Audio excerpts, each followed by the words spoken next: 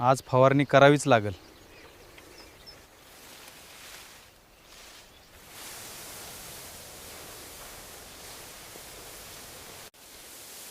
अरे कुणाल, हळदीमध्ये तर खूप तण निघालाय. आता तू काय करणार? मी हळदीमध्ये राऊंडअप तणनाशकाची फवारणी करणार आहे. हळदीमध्ये राऊंडअप. अरे बापरे, राऊंडअप वापरलंस तर हळदही करपून जाईल ना? कराच आता, काळजी करू नकोस. मी योग्य पद्धतीने फवारणी करणार आहे.